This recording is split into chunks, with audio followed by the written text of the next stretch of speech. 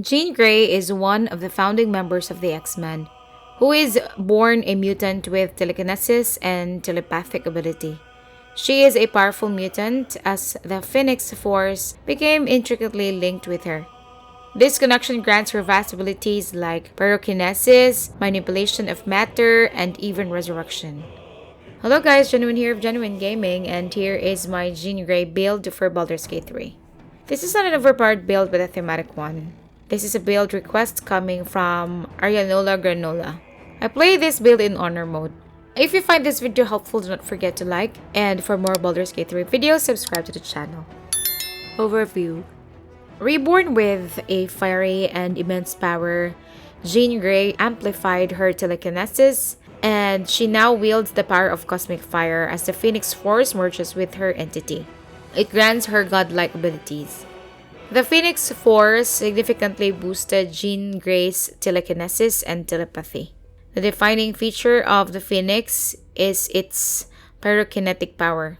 Jean Grey can generate and control cosmic fire, capable of immense destruction or delicate manipulation. She can even project these flames as powerful beams or use them for flight at incredible speed. We are going to build Jean Grey mainly as a Draconic sorcerer with one level dip in the wizard to learn some other spells. We all know that sorcerer is quite limited with spells. With level 1 wizard dip, we can add some flexibility to her prepared spells. Gear and equipment. For her gear and equipment, we are going to focus on making her a powerful caster as much as possible. So we are going to increase her spell checks, DC, and spell attack rolls. The best way to increase Jean Grey's spell checks, DCs, and spell attack rolls is to get a piece of equipment with arcane acuity. And the best gear for that, for our playstyle, is the Hat of Fire Acuity. It gives Jean Grey arcane acuity if she can deal fire damage. Arcane Acuity gives the affected character a +1 bonus to its spell attack rolls and spell save DC for each turn remaining. Jean Grey would get 2 turns of Arcane Acuity for every fire damage she deals. It has a maximum of 10 turns.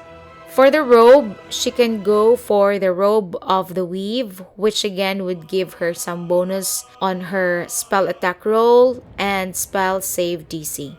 Infernal Robe is a weaker choice, but a lore-friendly one.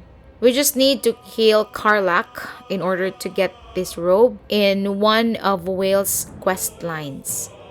To deal more fire damage, we can equip Jean Grey with the Cinder Moth Cloak. It gives burning status to the creature that dealt damage to the wearer within 2 meters. We also equip her with a Necklace of Elemental Augmentation. It adds her spellcasting modifier when she casts Firebolt as it deals fire damage. We also give her the Kalos Glow Ring. She can deal an additional 2 points of radiant damage against creatures that are illuminated. This is optimized if this is paired with the Coruscation Ring. When the wearer deals damage while illuminated by a light source, they also inflict a radiant orb upon the target for 2 turns, constantly illuminating with an orb. For her staff, we go for the Marco Heshkir, the most powerful staff in the game, especially for spellcasters. Build. I like to use human for this build for that extra skill point. But if you want more movement speed, Wood Elf is a good choice. So for her class, we are going to choose Sorcerer with Draconic Bloodline and Red as her Draconic Ancestry. This would give her Burning Hands as her bonus spell. For her cantrips, we choose Firebolt, Blade Ward, Mage Hands, think of it as her telekinetic ability, and Friends for her telepathic ability. We just need to be careful of using this spell, especially on higher difficulty, as it can make a friendly creature hostile when we use this spell on those creatures. For her spell, choose Thunderwave and Sleep. For her background, we choose Acolyte as she often acts as assistant to Professor X in the Marvel Comics.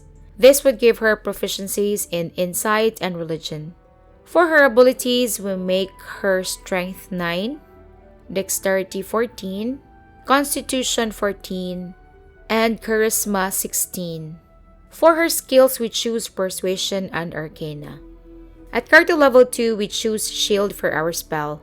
For our meta magic, I suggest Distant and Twinned spells.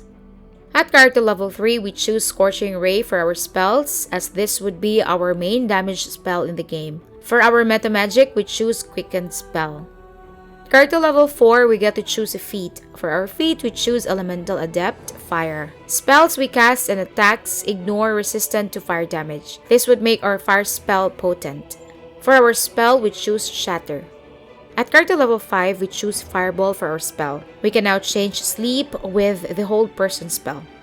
At character level 6, we get Elemental Affinity as a Draconic Sorcerer. When we cast a spell that deals damage of the type associated with our Draconic ancestry, as our case is Fire, we add our Charisma modifier to the damage. We can also choose to spend a reaction and a sorcery point to gain fire resistance when we cast a fire spell. For our spell, we choose Haste. At character level 7, we go for a 1-level Wizard Dip. This would allow us to learn some spells, making Jean Grey a little bit flexible with her spells. This would also allow Jean Grey to learn some powerful spells that is only learned through scrolls like the Artistry of War. As a level 1 wizard, we gain Arcane Recovery. For the spells, we can choose any spells we want. Shield is a nice choice to learn so that we can replace our shield spell in the sorcerer class with another sorcerer spell that we want.